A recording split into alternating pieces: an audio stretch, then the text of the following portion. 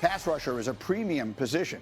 We know Abdul Carter is going to go right up at the top. Who's the next pass rusher coming off the board going to be? They're not names that you know. Usually, these are all guys that you know going in. Michael Williams from Georgia, Mike Green from Marshall. These are critically important players at a premium position. We have no idea what order they're going to go in.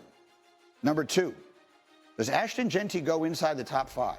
Most important thing in the sport, this is the guy who gets them for you. I've been hearing a lot of people suggest he's going inside the top 5. I see Schrager nodding. I can't wait to see if he goes inside the top 5 before the Raiders get to pick.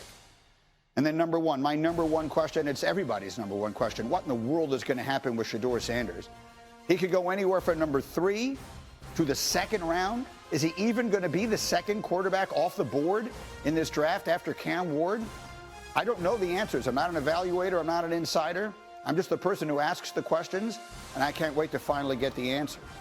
Now on ESPN.com, Adam Schefter put together an unbelievable list of things that he's been hearing entering draft week. And in talking about Shedeur Sanders, he brought up an interesting point.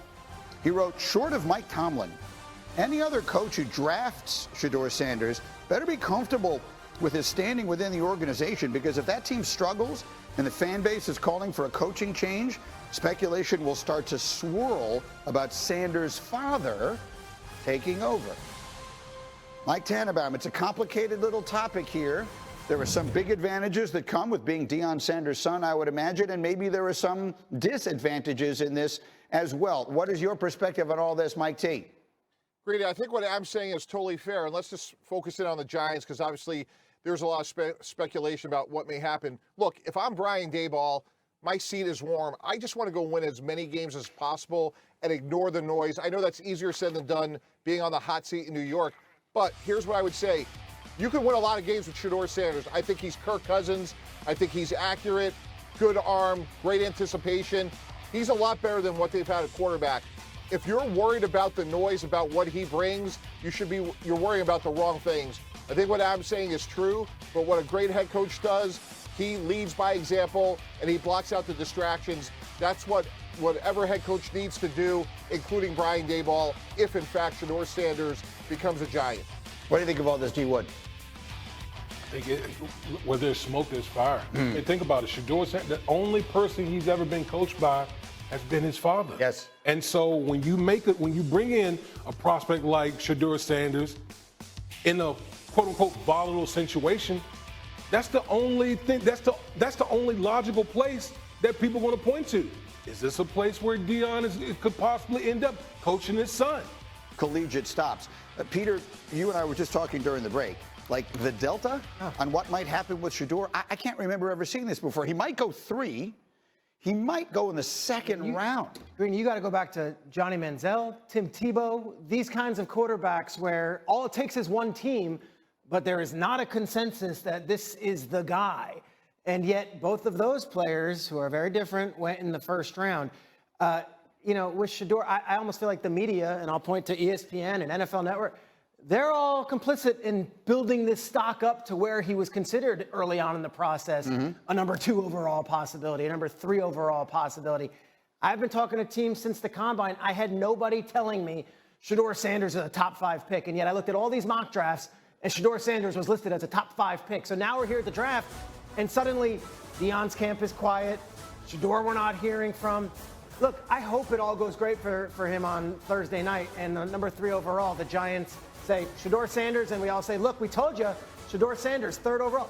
But this could go a wide variety of ways, and some of them that we did not anticipate as a collective media just a couple weeks back.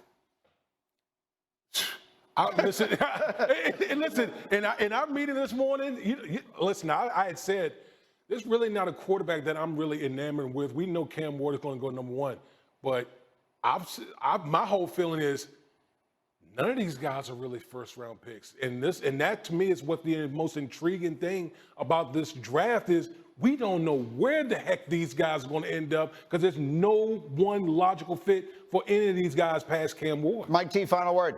Yeah, I think context is everything. I disagree with what Peter said from this standpoint. If you're the Steelers, the Browns, the Giants, and even the Saints with Derek Carr's situation, Shedeur Sanders is a really good player, and if you don't have a quarterback, you could go win a lot of games. We've talked a lot about the Zach Wilsons of the world, the Trevor Lawrences of the world, Anthony Richardson, guys with great tools that weren't great quarterbacks. Green, you talked about it a lot.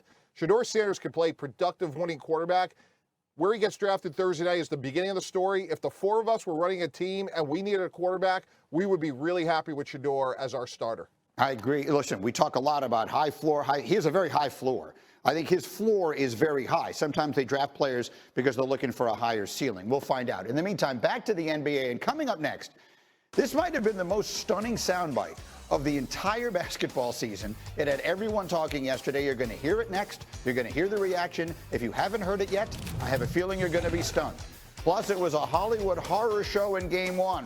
It's tonight a must-win for LeBron and Luka and the Lakers. What if they lose? We got a bold prediction on the way. You're watching Get Up on ESPN. Chào cả mọi người đã quay trở lại với kênh của mình. Ngày hôm nay mình sẽ tiếp tục hướng dẫn các bạn làm vòng. Vòng hôm nay của mình sẽ có tiêu đề là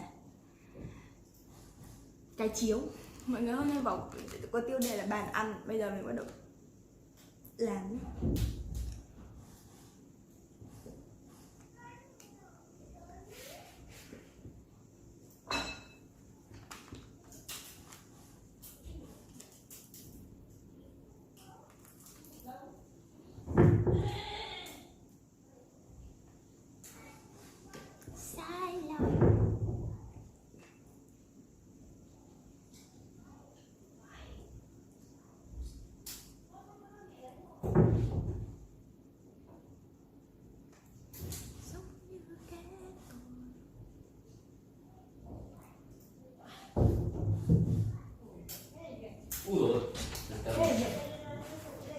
Đi lấy sọc à?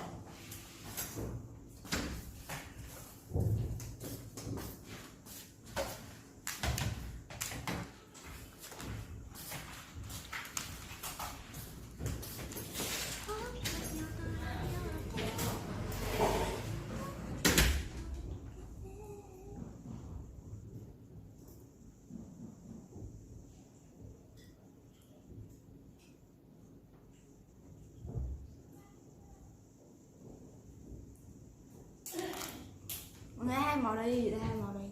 Tiếp tục sẽ là màu trắng, màu hồng.